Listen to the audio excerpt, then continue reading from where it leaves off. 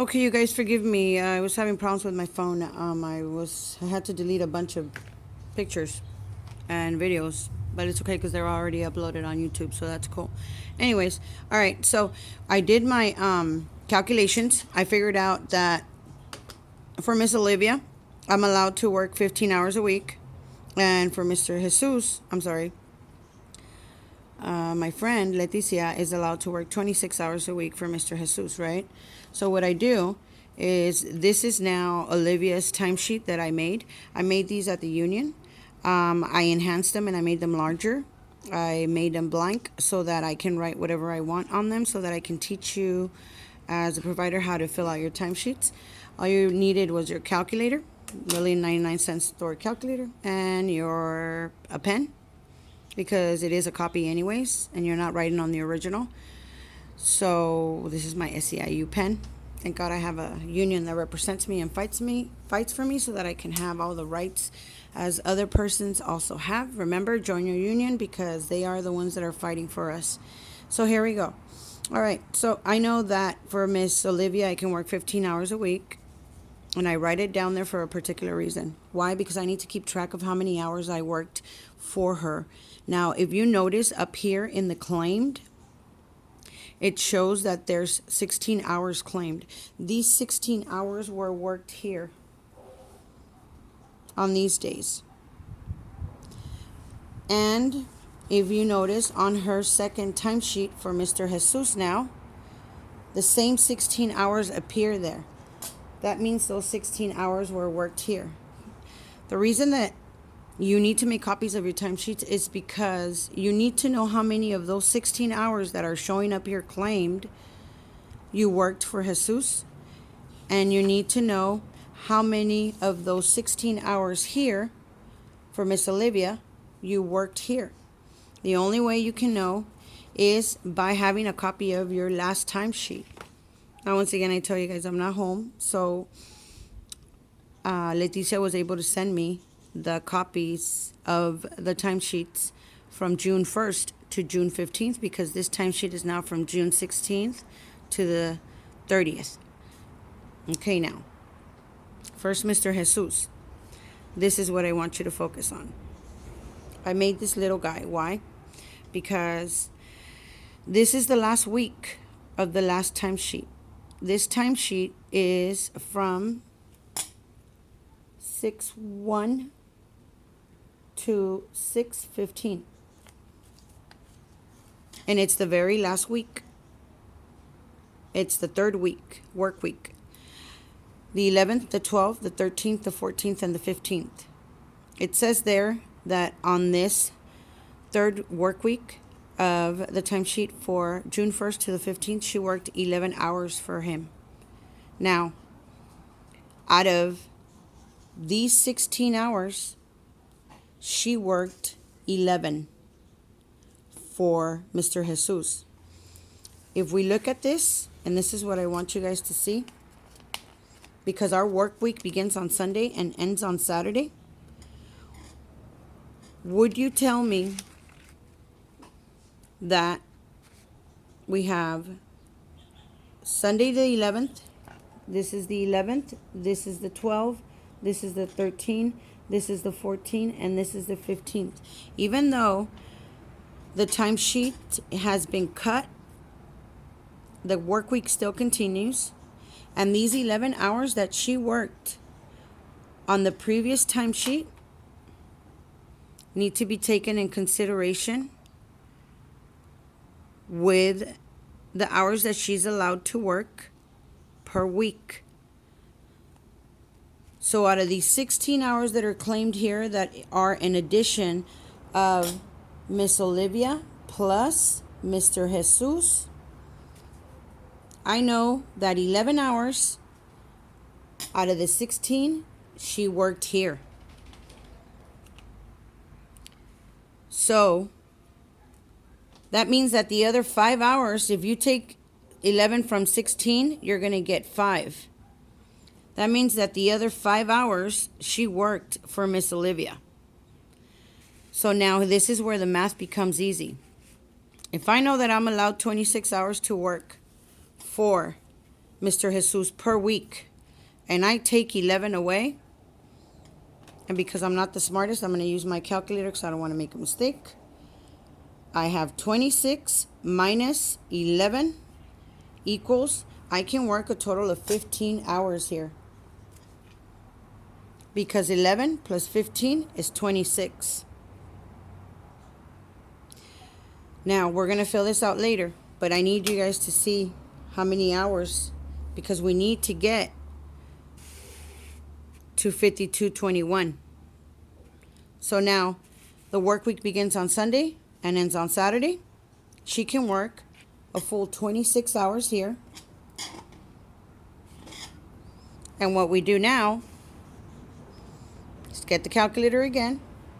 We take 26 plus 15 equals 41. And we're trying to get to 52.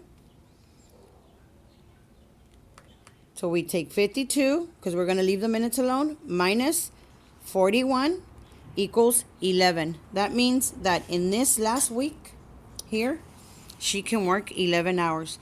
Then I'll take the calculator again, and I'll do 15 plus 26 plus 11 equals 52.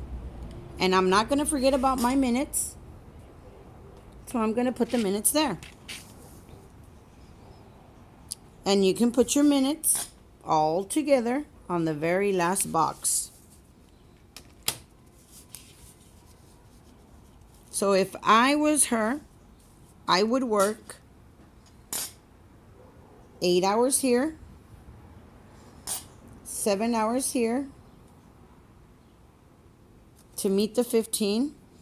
Now I have to divide the 26 hours in this week, which is going to be, let's see, 7 times 3 is 21. 7 times 4 is 28.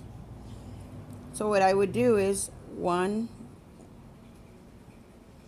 2, 3, 4, 5, 4, 8, 12, 16, 20. I need to work 26 hours, and just to even it out, I would work 3 hours every day. And that would give me my total of 26. 4, 8, 12, 16, 20, 23, 26. Chiquita, stop. So now 11 hours and 21 minutes. 1, 2, 3, 4, 5, 6 days. So what I would do is I would work 2, 4, 6, 8, 10, 11, 21. These are twos. 2, 4, 6, 8, 10, 11, 21, and that's the hours that I would work for the final timesheet of June 16th to the 30th. That's just one consumer. Remember that these hours are going to roll over into the next timesheet, because this here is July 1st. Our timesheet ended here, but our work week still continues. So these 11 hours and 21 minutes are going to roll over to the next timesheet, and you will see them up here on the claimed portion. Great. Now we've done Mr. Jesus's timesheet. Now we're going to do Olivia's, because I need to show you guys how to keep track of the hours so you do not get a violation, because we cannot work more than 66 hours a week. A regular provider cannot work more than 66 hours a week. So once again, now I know that because I have a copy of the timesheet, I know now that these 16 hours are a combination of Olivia plus Jesus. But I already know that that for Jesus, I worked 11 hours. So I take that 11 hours away from the 16. That gives me 5 hours that I worked for Olivia. And how do I know that? Because I have a copy of the timesheet from June 1st to June 15th. This is the third work week, 11, 12, 13, 14, 15. I have 1, 2, 3, 4, 5. There's the 5. But you have to have a copy of your timesheet so you do not make any mistakes. So I know that these 5 hours I worked here. I worked 5 hours here in these days because I just showed you guys. 1, 2, 3, 4, 5. So if I know that for Miss Olivia, I'm allowed 15 hours a week and I already worked 5, I can work a total of 10 hours here. And that will not exceed my authorized hours for the week. 10 plus 5 is the 15 that I'm authorized. I am trying to get to 30 with 18 minutes. This is a full work week because our work week begins on Sunday and ends on Saturday. So I can claim and work a full 15 hours. If I'm trying to get to 30, and I know that 10 plus 15 is 25, that means that in this work week, I can work a total of 5 hours, and I'm not going to forget my minutes because I like money. There's my 18 minutes. Then I take the calculator again and I add it. 10 plus 15 is 25, plus 5 is the 30, 18, and this has been met. And that's where I'm trying to get to. So now I figure out how many hours can I work these days. So on this day, I'm going to work 5 hours and 5 hours. 5 plus 5 gives me my 10. I divide 15 into 7 days. And 2 times 7 is 14. So every day, I'm going to work 2 hours. Except the last day or any day you choose to work. I'm going to choose Saturday, 3 hours. So I have 2, 4, 6, 8, 10, 12 plus 3 is 15. I have 5 hours here and 18 minutes. One of these days I'm not going to work. Why? Because I have 1, 2, 3, 4, 5, 6 days. So I would work, I'm not going to work Sunday. 1, 2, 3, 4, 5 plus the 18 minutes. And there's the timesheets for Olivia. She's done. Remember, our work week begins on Sunday and ends on Saturday. This here, once again, is going to be the 1st of July. Even though our timesheet ended here, we still have our work week still continues. And these 5 hours and 18 minutes are going to roll over to your new timesheet. So I have to consider these 5 hours and 18 minutes in the 15 hours that I'm allowed to work. But what I'm going to do instead is, instead of seeing this on the claim portion, when I see 518, I'm going to pretend it's a 6. Because it's easier to take 6 away from 15 than it is to take 5 hours and 18 minutes. And that's where providers make the mistake. So I know automatically that on the next timesheet, I will be allowed to work 9 hours, because 9 plus 6 is 15. I would be able to work 9 hours on this day. Now, whether I work them or not, at least I know what I'm allowed to work. All right, this is what I wanted to show you guys. We have to make sure when we have 2 consumers, and that's why we make copies, we need to know where the claim portion is coming from. We need to know how many hours we worked. This is the way the system works. Leticia sent in her timesheets at the same time. The machine accepted her timesheets. And what the system does, it adds up the very last week of each consumer that you worked. I know that the machine accepted the timesheets at the same time because I see a 16 claimed for Olivia.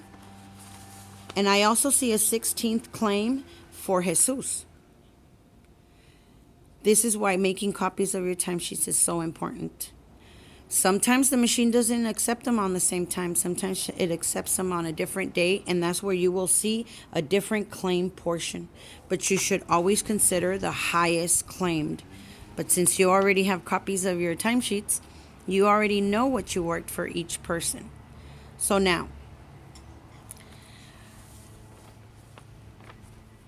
for Olivia, she worked a total of 10 hours for the second part of the timesheet. And for Jesus, she worked 15 hours. This week, I'm going to pick up the phone a little bit.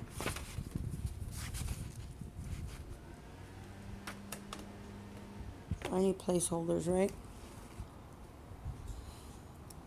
I need you guys to see that this week and this week is the same week. What was it, 11?